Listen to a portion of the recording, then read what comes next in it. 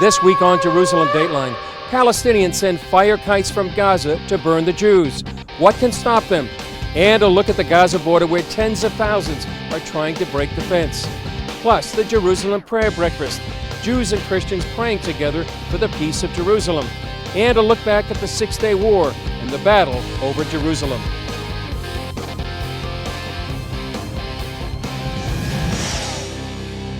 Hello and welcome to this edition of Jerusalem Dateline. I'm Chris Mitchell. We're coming to you this week from the Israeli-Gaza border, where behind me you can see the smoke rising from tires burning and where hundreds of Gazans have come to the border.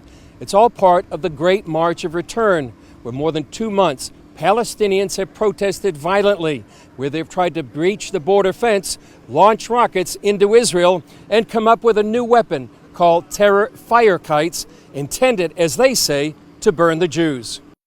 It can't get much more low-tech than this, yet the flying fire kites or balloons have caused extensive damage to southern Israeli crops and nature reserves. As you see, it's burned from a kite that the Palestinians sent us as a present 3 weeks ago. Ofer Lieberman is the agriculture manager at Kibbutz Niram, less than a mile from the Gaza border. In the last 6 weeks, his kibbutz has lost 250 acres of wheat, 500 acres of cow pasture, and 25 acres of trees that were older than the state of Israel. We stand here with tractors and equipment. When we see the fire, we just run with the tractors and try to stop it as quickly as we can. It's part of the Great March of Return, where tens of thousands of Palestinians repeatedly attack the border fence with Israel.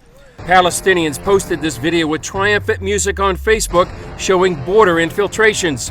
Some have been killed or captured trying to do so.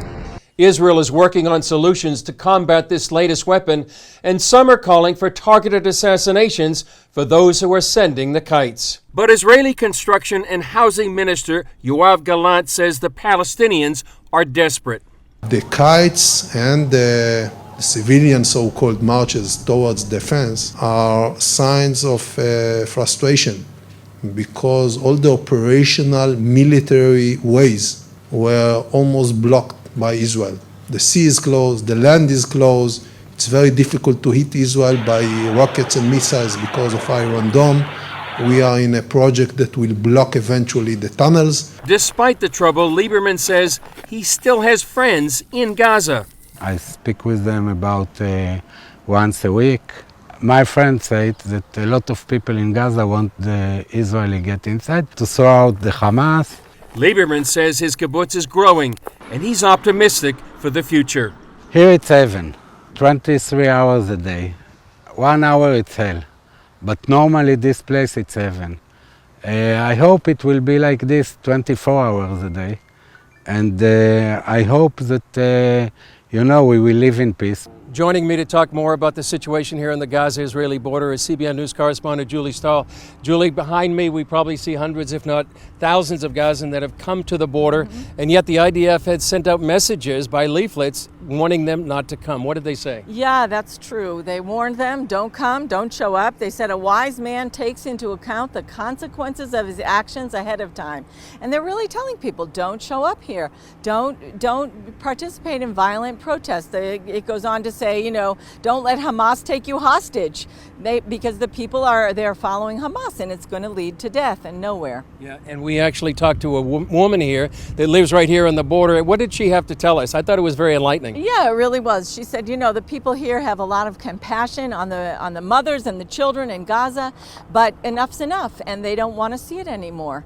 Yeah, and their children, actually, children here in Israel, they live with the same booms that they hear in Gaza. They live with the fires. I mean, we see the fires, evidence of the fires all around us. Yeah. Many of these fields are scorched. It's a crude, but it's a very effective weapon, isn't it? Yeah, it's very effective. I said you couldn't get much more low tech than this, but it's destroyed 2,500 acres of agricultural land, another 700 acres of forest.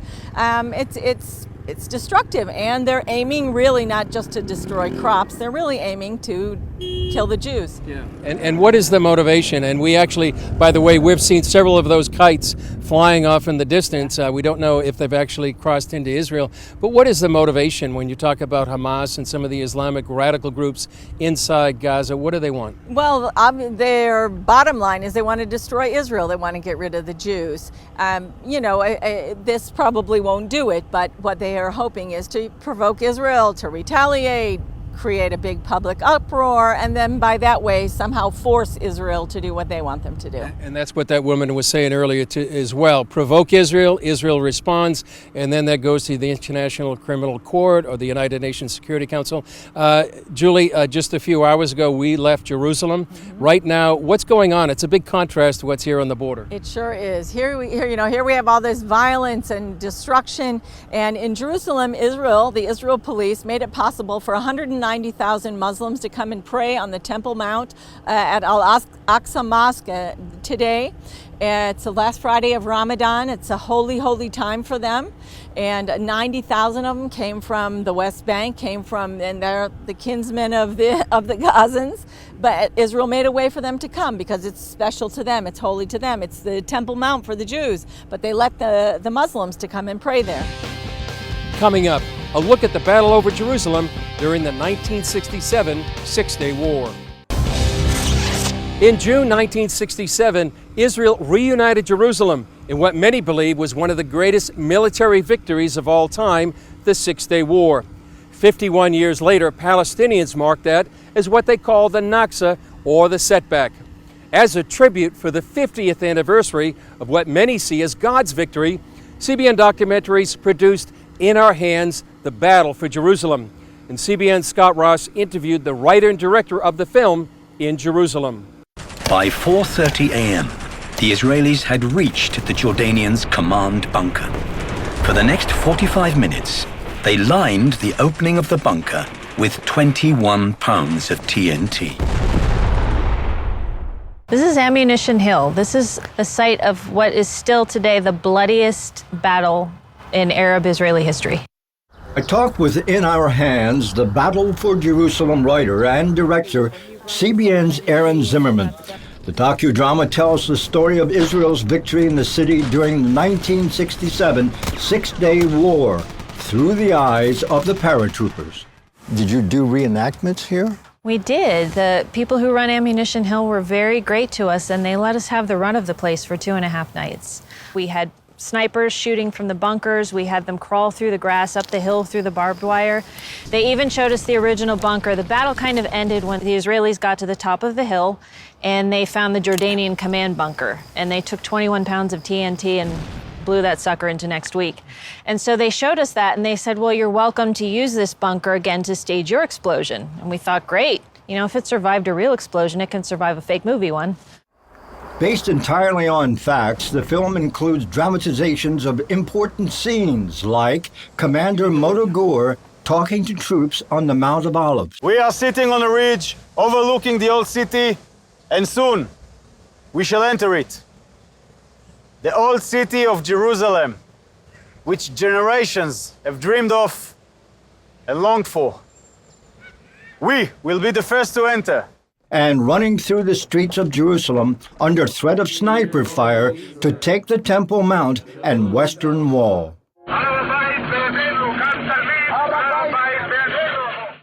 We had done another docudrama, The Hope, about the beginning of Israel, and we thought, what's the next chapter in that story? And we went to 67, and it's such a great story, and we thought, well, let's not do a dry documentary. Let's get to know some of the men who actually lived it. And digging into all the background, historical data, etc., that must have been an enormous undertaking. I tried to use primary sources as much as I could. I tried to use people's diaries. I tried to use minutes from Israeli government meetings. I used personal interviews, but all of the dialogue in the film was recorded in history.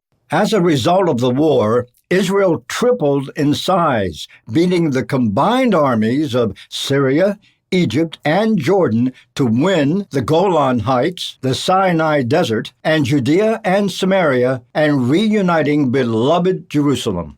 To cover the whole war would take too much time. So we narrowed it down to the Battle of Jerusalem, and then we narrowed it down further to one group of men, the 55th Paratrooper Brigade. And I really liked them because they weren't regular army. They were the reservists. They were a little bit older. They were the husbands and the fathers and the businessmen. And they were the guys that ended up going into Jerusalem. Let's go. Step on it, Bensu.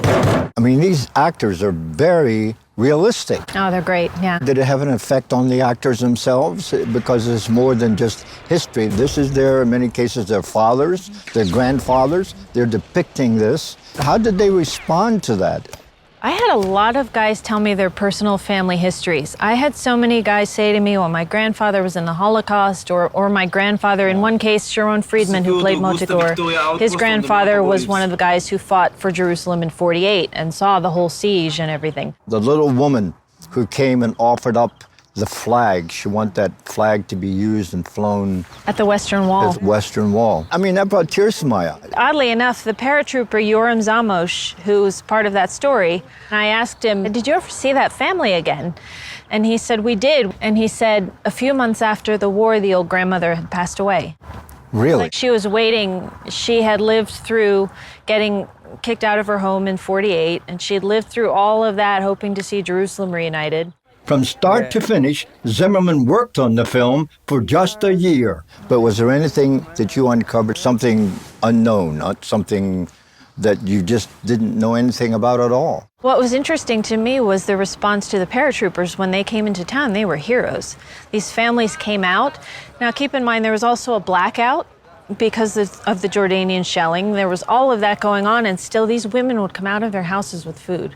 How did it affect you personally? From the film side, I learned what an amazing thing can happen when everybody works together and you have so many good people doing what is their specialty, whether it's training the army, whether it's doing makeup, whether it's doing explosives. What I took away from the war, there are two things you can do in life. You can practice and plan, and just the hard work and living something to see that result come out the way that it did. Or you can be in a situation like the paratroopers where you train for one thing, then life throws you another way. And can you adapt to that?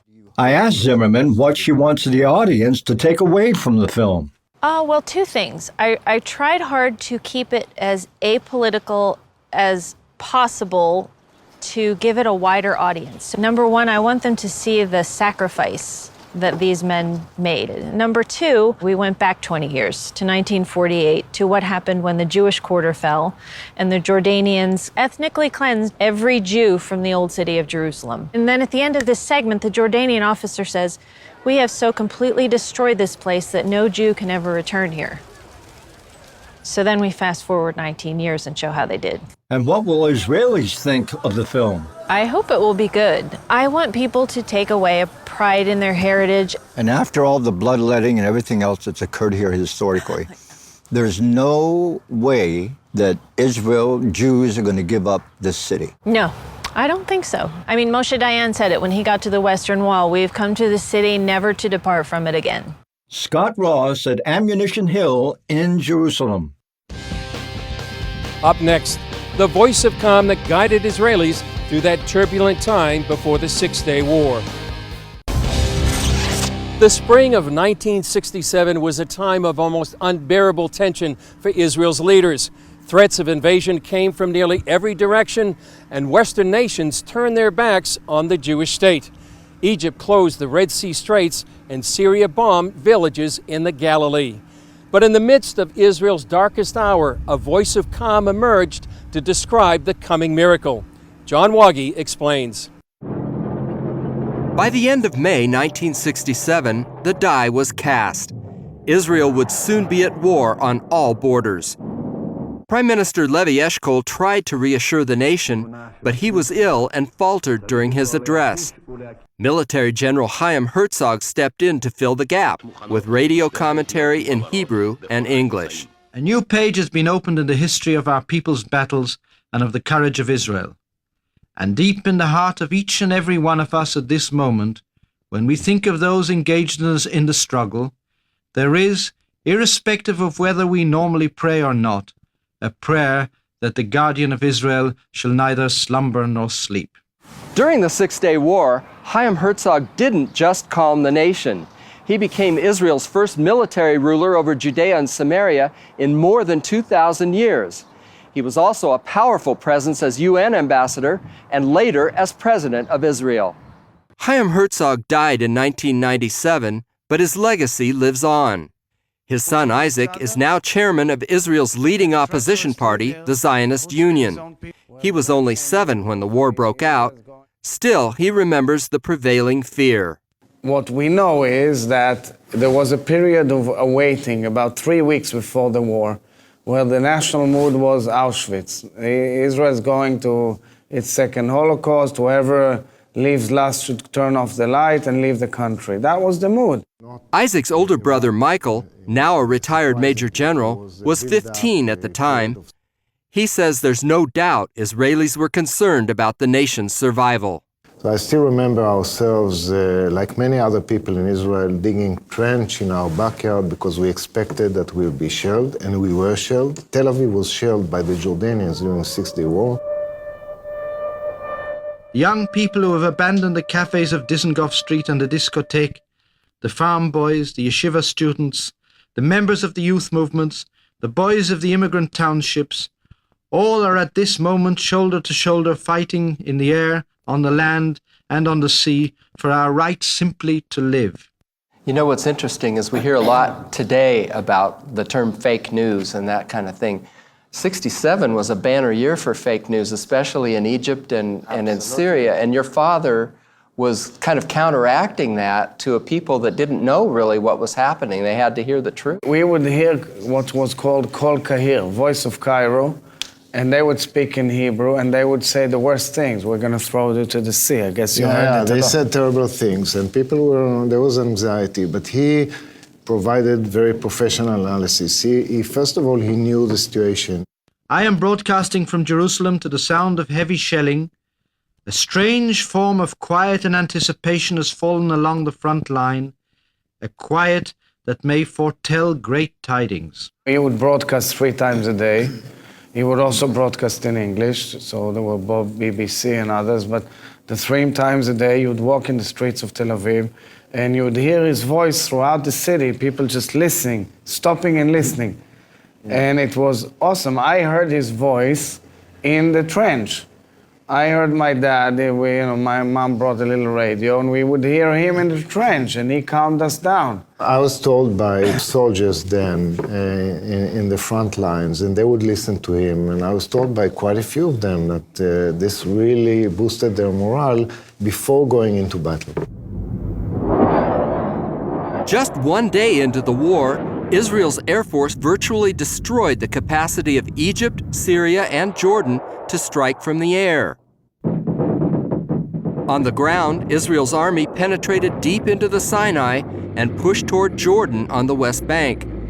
By day 3, Chaim Herzog could tell the nation the unthinkable. After 2 millennia, Jerusalem was back in Jewish hands. The miracle of our generation continues, as does the brilliant campaign, the like of which there is no record of in the history of Israel, and perhaps in the history of the nations, and which has achieved today what millions of Jews throughout the generations have prayed for. We live in a very different era than 1967, but in my mind, what our father, the impact his broadcast had on the national morale is reminiscent of the impact that Churchill's broadcast had on British morale during World War II, and that was very significant. And indeed, the saying goes, Jerusalem is a gift of the whole land of Israel. On the altar of the Temple Mount and Mount Moriah, the people of Israel offered up today priceless sacrifices which swell the toll of sacrifice by earlier generations. Our victory was not lightly achieved, and at this moment it is well that we remember those who offered up their lives for the glory of the Almighty and the nation. Today, both Herzogs are strong supporters of a 2-state solution between Israel and the Palestinians, despite growing skepticism about the peace process among many Israelis. The hope is that 2017 can be a year of breakthrough. There is a golden opportunity in the region whereby you just need to stretch your hand And under American support, especially I believe from the White House, there could be a sea change in the region, Israel being recognized by all its neighbors, and we need to sit down and get to the difficult moment of trying to make peace. This is what we owe to the casualties who fell in the war, who were so brave in very difficult battles, and to the fact that we want the Jewish nation to live in peace and strength in the region whilst celebrating that great victory. John Wagi, CBN News, Jerusalem. Coming up, the Jerusalem Prayer Breakfast. Jews and Christians pray together for the peace of Jerusalem. Hundreds of Christians from 70 nations gathered in Jerusalem, along with Israeli Knesset members and Jewish leaders for the Jerusalem Prayer Breakfast, initiated by Knesset member Robert Ilitov and co-chaired by former U.S. Congresswoman Michelle Bachmann. It's all part of a global movement to encourage Jews and Christians to pray for the peace of Jerusalem. I've been working and trying to bring Jews and Christians together for a few years, and I'm shocked at just the outpouring of love that was at the Jerusalem Prayer Breakfast. This is a prayer breakfast that really did what it says. It prayed, and we prayed together, and we sensed God. I think it was an amazing and historic event to see so many nations come together in Jerusalem to celebrate the 70th anniversary, but also to pray for global recognition of Jerusalem for what it is, the capital of modern state of Israel. I think about the fact that God is joining the Jews and the Christians together for such an event. This is a wonder. The Bible is very clear. We should pray for the peace of Jerusalem. If there's nothing else we can agree on, we have to agree with the Word of God. And I think the world really is craving to see this peace of Jerusalem become a reality. So I think the fact that we are coming together, standing on truth and praying this very biblical prayer will have an impact. We're a part of the future even today in this miraculous meeting, and we are to pray as watchmen on the wall. We pray because God told us to pray. It's a great reminder to pray for the peace of Jerusalem and also pray for the protection of Israel here on the Israeli-Gaza border. Well, that's all for this edition. Thanks for joining us. Remember, you can follow us on Facebook, Twitter, Instagram, and YouTube. I'm Chris Mitchell. We'll see you next time on Jerusalem Dateline.